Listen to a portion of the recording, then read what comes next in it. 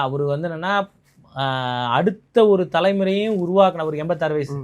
So அவருடைய இப்போ பழைய வந்து சொல்கிறாங்க, அந்த அவருடைய வீடியோஸு மற்றது எல்லாத்தையும் வந்து போடும்போது என்ன சொல்கிறாங்கன்னா, இந்த தேசப்பற்றுன்றது ஒரு பாயிண்ட் இருக்கும். பொதுவாக எல்லாருக்குமே வந்து ஒரு தேசப்பற்று இருக்கும். இவங்களுக்கு வந்து என்னன்னா அந்த மத ரீதியான ஒரு அடிப்படையில் அவங்களோட ஒரு பெரிய இன்ட்ராக்ஷன் உலகம் முழுக்குமே வந்து அவங்க ஒரு இதை செலுத்தியிருக்கிறாங்கன்றாங்க. என்ன கேட்டால் காஷ்மீர் கர்நாடகாலாம் கூட அவர் வந்து 80s வந்துட்டு போனாருன்ற தகவலை வந்து சொல்கிறாங்க.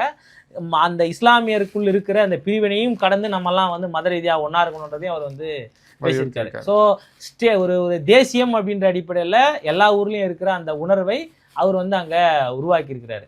ஸோ அட்லாஸ்ட் நீங்கள் வந்து அது ரொம்ப முற்போக்கான ஒரு செயல்பாடுகளாக மட்டும் வந்து நம்ம அதை பார்க்க முடியாது. ஏன்னா ஒரு மத அடிப்படையில் அவங்க இருக்கும்போது அவங்க கிட்ட கட்டாயம் அடிப்படைவாதங்கள் இருக்கும், பழமைவாதம். தைரியமா யுஎஸ்க்கு எதிராக நின்னாருன்னு ஒன்று இருக்குல்ல, அந்த ஒரு பாயிண்ட் தான். நீங்கள் என்னன்னா இது வந்து ஒரு இறையாண்மை மிக்க ஒரு நாடு, எங்களுக்கு என்று ஒரு பாரம்பரியம் இருக்கு. அந்த பாரம்பரியத்தை நாங்கள் ஒரு காலம் வந்து விட்டு கொடுக்க மாட்டோம்.